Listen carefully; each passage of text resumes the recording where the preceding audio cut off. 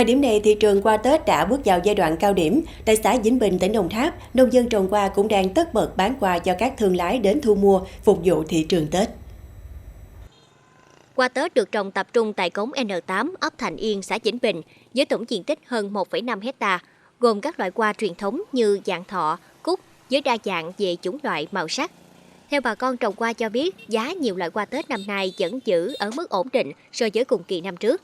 Trong đó, hoa vạn thọ có giá từ 100 đến 150 ngàn đồng một cặp, cúc mâm xôi từ 200 đến 250 ngàn đồng một cặp, cúc vàng hòe 180 ngàn đồng một cặp, cúc Hà Lan, cúc Hàn Quốc dao động từ 160 đến 600 ngàn đồng một cặp, tùy theo chậu lớn nhỏ.